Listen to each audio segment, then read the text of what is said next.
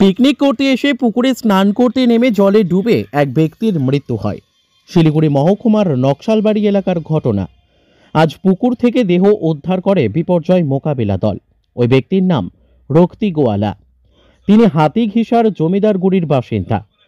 স্থানীয় সূত্রে জানা গিয়েছে, গতকাল ২৬শে জানুয়ারি উপলক্ষে নকশালবাড়ির মনিরামের জাবরা ডিভিশন সংলগ্ন চ্যাঙ্গা নদীর পাড়ে অনেকেই পিকনিক করতে আসেন। একটি পিকনিক দলের সঙ্গে রক্তি গোয়ালা ছিলেন। প্রত্যক্ষদর্শী এক মহিলা বলেন, তিনি সন্তানকে নিয়ে পুকুর পাড়ে এসে দেখেন এক ব্যক্তি জলে তলিয়ে যাচ্ছে। তার চিৎকার শুনে তড়িঘড়ি কয়েকজন যুবক ওই ব্যক্তিকে উদ্ধার করতে জলে নামেন, কিন্তু ততক্ষণে ওই ব্যক্তি তলিয়ে যায়। খবর পেয়ে নকশালবাড়ি থানার পুলিশ ঘটনাস্থলে এলেও ওই ব্যক্তিকে উদ্ধার করা যায়নি। আজ সকালে বিপর্যয় মোকাবিলা দপ্তরের কর্মীরা তল্লাশিতে নামে। অবশেষে পুকুর থেকে রক্তি গোয়ালার দেহ উদ্ধার হয়।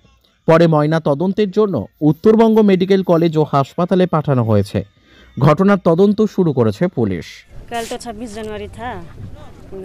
गांव का सभी लोग यहाँ नदी में पिकनिक करने आए थे। बहुत भारी संख्या में थे पिकनिक करने वाले। तो मैं यहाँ पर थोड़ा सा बच्ची को लेके आई थी दिखाने के लिए, पौंड बोल के। तो देखिए एक आदमी डूब रहा था तो मैं चिल्लाई। 2-3 लड़के उतरे पानी में उसको बचाने के लिए, पर बचा नहीं पाए, वो अंदर जा चुका था। फिर ठंड भी बहुत था पानी में, तो वो लोग भी ज़्यादा देर रह नहीं पाए। उसके बाद में कल रात भर शायद पुलिस, शाम को भी पुलिस लोग आए थे और आज सुबह भी आए थे। मैं भी सुबह भी आई थी। फिर अभी टीम जो आया, टीम आने के बाद में डेड बॉडी को निकाला। और वो जमींदार गुड़ी का है, उसका नाम रत्ती ग्वाला है।